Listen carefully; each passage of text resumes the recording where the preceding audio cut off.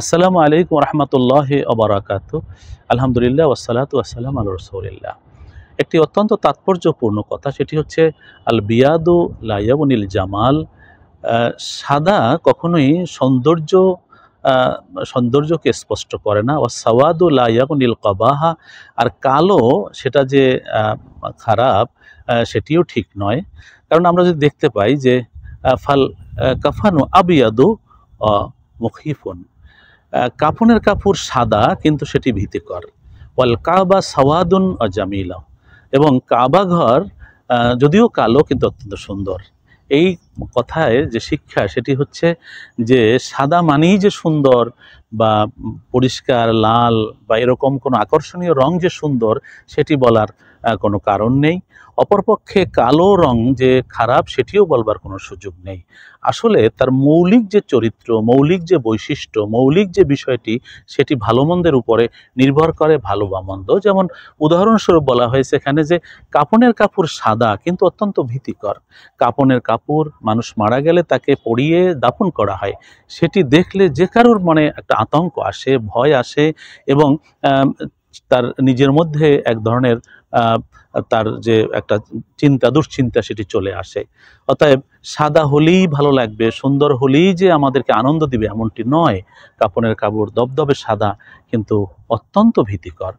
অপরদিকে কাবা ঘরের রং হচ্ছে কালো কিন্তু অত্যন্ত আনন্দ এবং অত্যন্ত সৌন্দর্যপূর্ণ।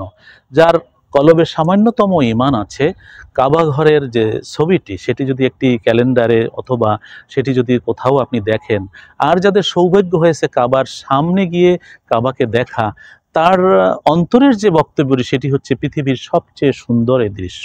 চোখ যেন আর অন্যদিকে ফিরাতে মনই চায় না। মাত্র কয়েকদিনের ওমরা বা হজের সফরে কাবার সঙ্গে অতি দ্রুত এমন এক মায়া মমতা জড়িয়ে যায় যে বিদায় হওয়ার সময় চোখের পানি ছেড়ে কাবার থেকে বিদায় নিতে হয়। তো সেজন্যই যে কালোই যে সবসময়, কারণ হচ্ছে কি কাবা এটি মানুষের দিলকে, ইমানকে তাজা করে এবং দিলে হেদায়েতের প্রদীপ প্রজ্বলিত করে। সেই জন্য কালো হলেও এটি আনন্দদায়ক, এটি সুন্দর, এটি মানুষের কাছে অত্যন্ত প্রিয়। আর সাদা হয়েও, সুন্দর হয়েও কাফনের কাপড় কিন্তু ভীতিকর। সেই জন্য বলবো, যারা সৌন্দর্যের গর্ব করি তাদের এই সৌন্দর্য মোটেও ঠিক না। বাহ্যিক সৌন্দর্য সৌন্দর্য নয়, বরং অন্তর্নিহিত সৌন্দর্যই হচ্ছে প্রয়োজন। আর বাহ্যিক যে কারুর হয়তো রঙের সৌন্দর্য নাই, সে হয়তো কালো রঙের বা, কিন্তু তার যে অন্তর্নিহিত, তার যে চারিত্রিক বৈশিষ্ট্য বা তার যে অন্তর্নিহিত সৌন্দর্য সেটি হচ্ছে সবচেয়ে বড়। সেই জন্য আমরা আল্লাহ যে যেমনই তৈরি করেছেন, আমরা যদি ভিতরে সৌন্দর্য আনয়ন করতে পারি, চারিত্রিক সৌন্দর্য আমরা ধরে রাখতে পারি এবং অন্তরাত্মাকে আলোকিত করতে পারি, তাহলে বাহিরের এই রং কোনো বিষয় নয়, বরং আমরা জগৎকে জয় করতে পারবো, আল্লাহ পাকের কাছে জান্নাত ও নাজাত পাবো। আর যদি ভিতরকে কুৎসিত করি, পরে যত রকমই আমরা সৌন্দর্য আনবার চেষ্টা করি, সেটি আমাদের জন্য কোনো উপকার বয়ে আনবে না।